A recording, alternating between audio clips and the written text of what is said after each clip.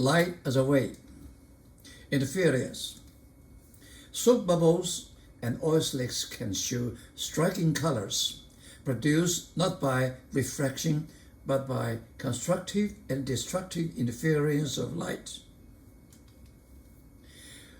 The interfering waves combine either to enhance or to suppress certain colors in the spectrum of the incident sunshine. Interference of light waves is thus a superposition phenomenon like those in mechanics.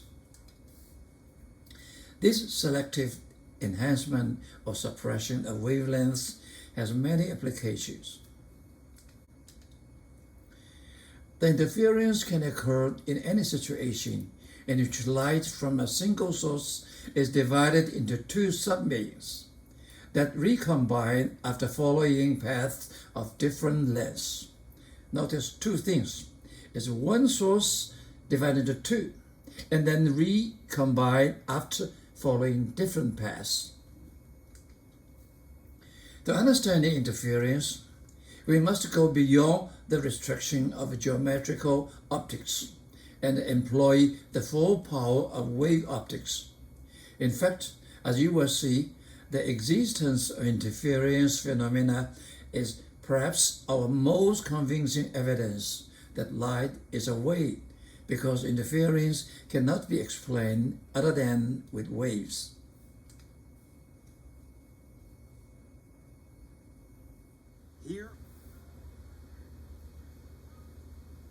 Here are a pair of slides with identical concentric circles printed on them. We'll use them to simulate the interference of waves from two coherent sources. If we place the slides one on top of the other, a regular pattern appears. Moving the centers closer together widens the pattern of light in dark areas. Light as a wave. Huygens Principle. This is a wave, again on the right. All points on the wave front. So, as a point source of a spherical secondary wavelet, after time t, the new position of the wavelength will be that of a surface tangent to those secondary front. All points can be looked at as a secondary wavelength source. Okay, this one, we have this one after delta t come here. This point after delta t, you get this way, and so on. And after delta t, the new front wave is the tangent that's to these secondary wavelets. Wiggins principles allowed us to tell where a given wavefront will be at any time in the future if we know its present position. He's from Netherlands. Law of refraction. Frequency is always constant, 1 over t, when light shining from one medium to another medium. And we know the velocity equal to lambda frequency. Frequency is constant, okay, in both medium. So wavelength and the velocity will change. We look at it, a line shining, incident wave, from one medium to another medium. Here is from air to glass. This is wavelength, okay, wavelength. This angle, theta 1, is incident angle. Look at this one. This line is normal, so this is theta 1, the angle of incident. Okay, and this angle equal to this angle. Why? This perpendicular this perpendicular this. So this theta 1 actually is the angle of incident. Okay, and then we go ahead. Finally, we see this is become lambda 2 and lambda 2, and we see that this angle theta 2 equal to the angle of refraction. In this process, we know the frequency is constant. So from here, we know that lambda 1 over v1 is 1 over f. Lambda 2 over v2 is lambda over f. They should be equal. Okay, and then we see lambda 1 over lambda 2 equal to v1 over v2. And we know V1, V2. V1 equal to C over N1, index, that N1 is the index in media 1. V2 is C over M2. We cancel out the C, we get V1 over V2 equal to N2 over M1. Then we have lambda 1 to lambda 2 equal to N1 over N, M2 over M1. Here we see that this angle is the angle equal to this one. So this perpendicular to this perpendicular to this, so they are equal. And this angle is the angle of refraction. So this is the angle of refraction. Now we look at this one. In this rectangular angle, we see this length is called HC. So sine theta 1 equals to lambda 1 over HC. And on this, in this rectangular triangle, okay, sine theta 2 equal to lambda 2 over HC. We divided this equation, we cancel out H1, we found sine theta 1 over sine theta 2 equal to lambda 1 or lambda 2. And this one is equal to this one, N2 or M1. And if we multiply this one, we get N1 sine theta 1 equal N2 sine theta 2. This is the equation called the law of refraction.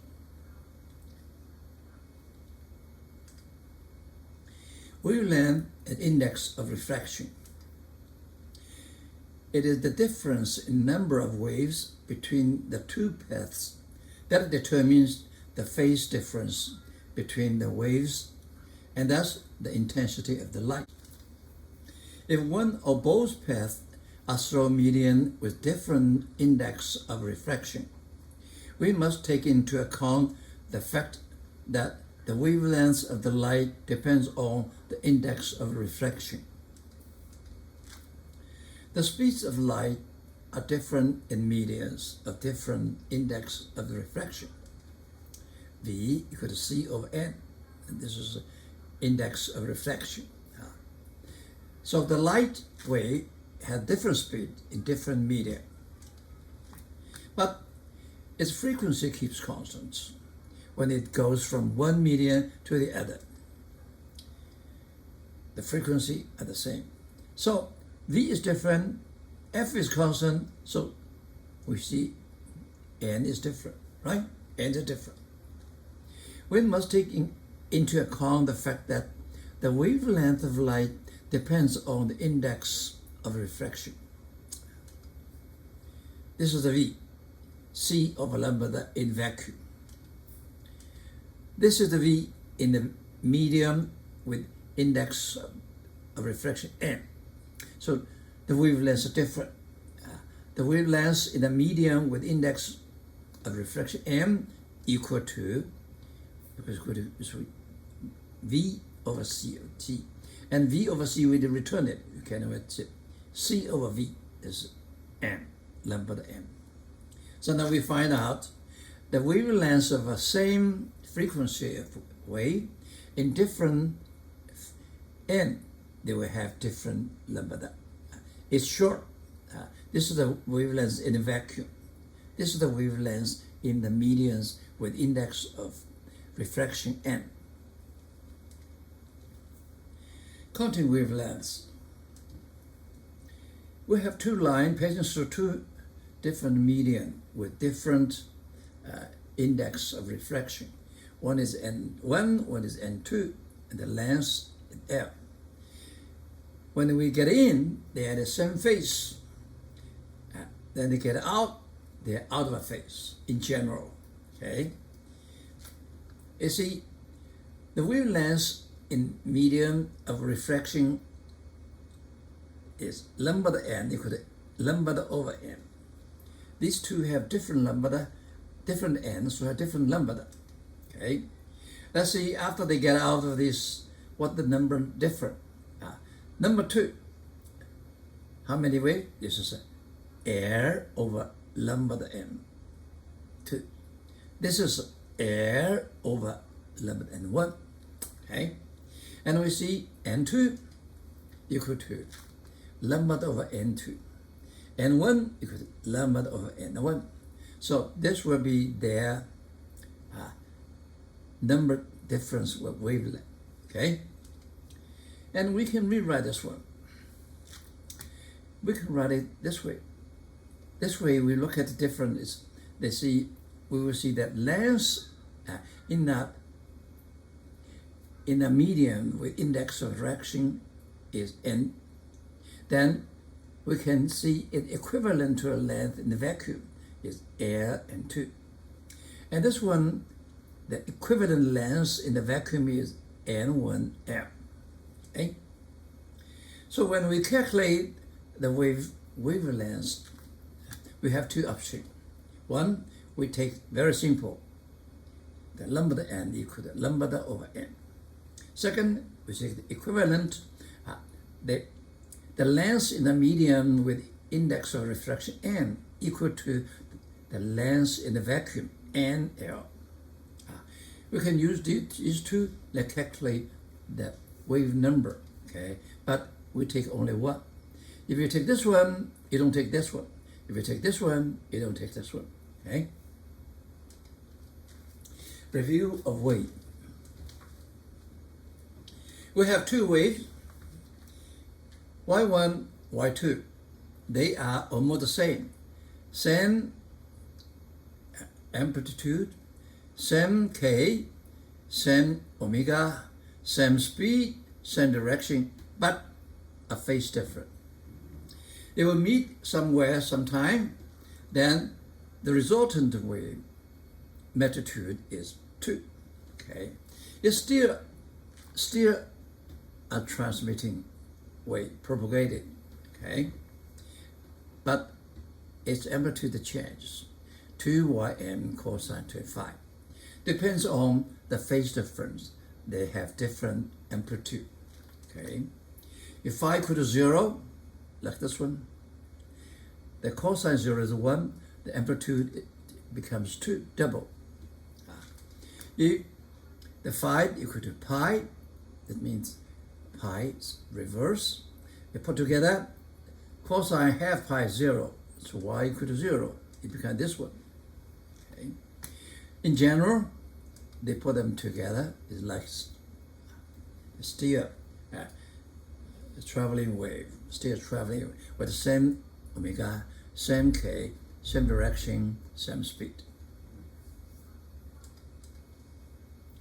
A phase difference phi equal to 2 pi radius or 360 degrees corresponds to a shift of one wave relative to the other wave by a distance of one wavelength. So phase difference can also be described in terms of wavelengths. For example, in figure B,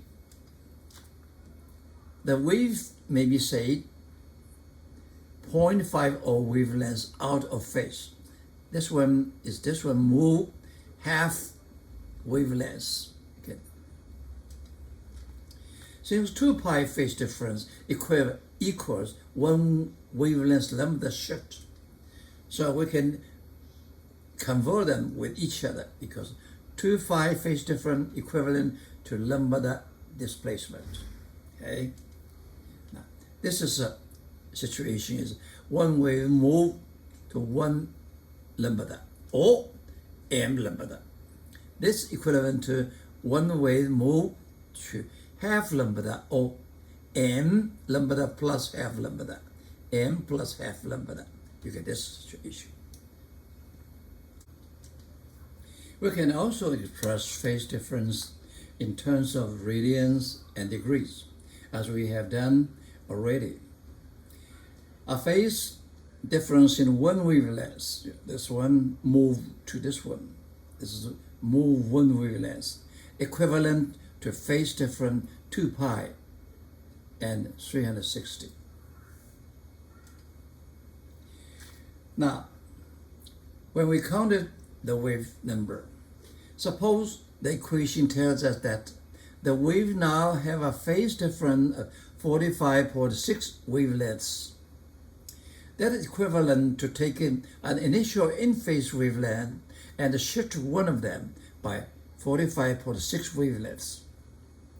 However, a shift of integral number of wavelengths, such as 45, would put the waves back in phase. So it is only the decimal fraction, here 0.6, that is important. A phase difference of 45.6 wavelength is equivalent to a phase difference of 0.6 wavelengths. The integral number we can drop out. A phase difference of 0.5 wavelength put the waves exactly out of phase. If the wave were to reach some common point, they would then undergo fully destructive interference, producing darkness at that point.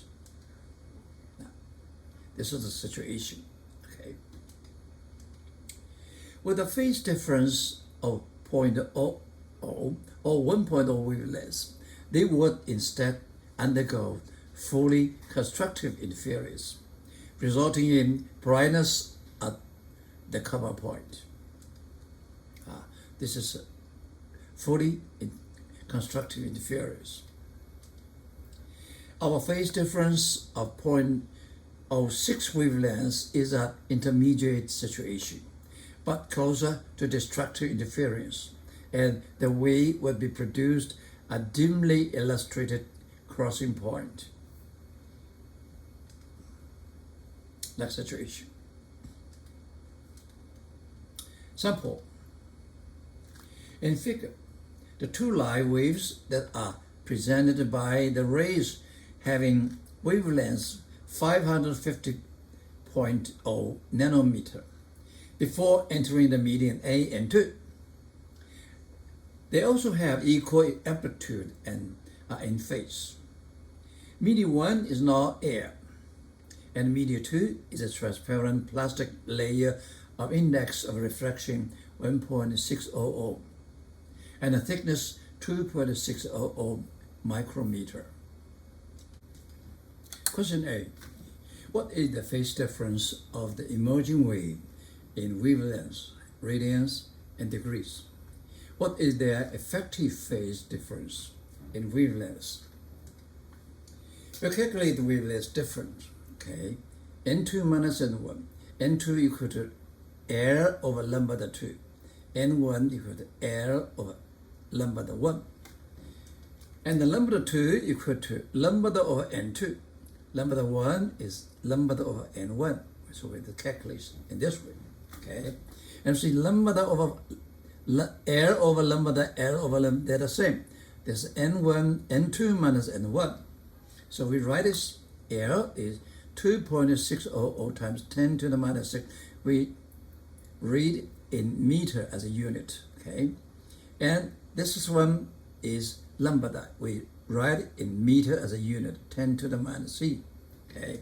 And we get a number at 2.84. Now, this is the wavelength difference, okay? So what is the radius? Okay, so the phase difference is 2 pi times 2 pi y. This is 17.8 radius, about 1020 degrees. Now, what is the effective phase difference? We know this one, all these integral number doesn't make sense. So at 0.84, wave 4. So what is effective phase difference? This is you put 0.84 times transfer to radius, okay, times 2 pi, get straight to c. It's not this one. It's not this, drop this as a, from here, and from here. And then you can get the degree, okay. Question B. If the rays of the waves were angled slightly so that the waves reach the same point on the distant viewing screen, what type of interference would the waves produce at that point?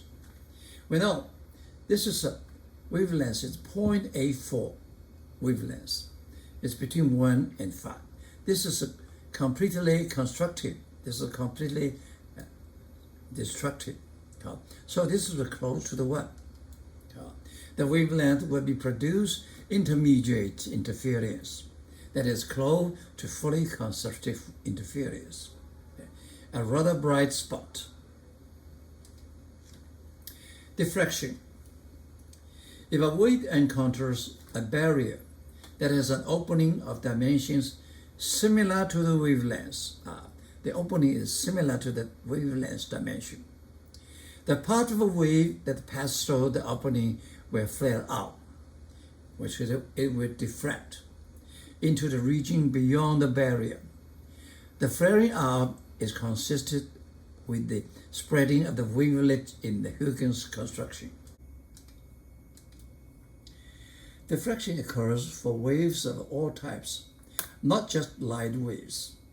Figure shows the diffraction of water waves traveling across the surface of water in a shallow tank.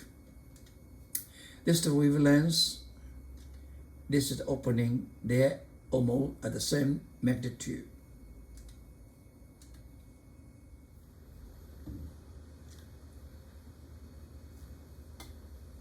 We'll use this ripple tank, which projects an image of waves on the surface of water, to show diffraction through a single slit. If we put a single slit in front of the waves emerging from the slit are no longer plane waves. The waves are now diffracted strongly to the sides. If we decrease the wavelength, the amount of refraction is reduced. This split-screen view shows the diffraction at 2 different wavelengths. Increasing the width of the slit also decreases the diffraction of the waves.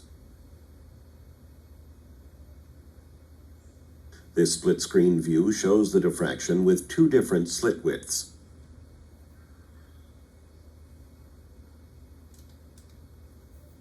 Wave flares out.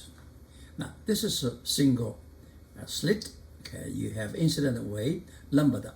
This is about a 6.0 wave. You have a little bit flare out. If we narrow in the slit, this is a 3.0, half of this one.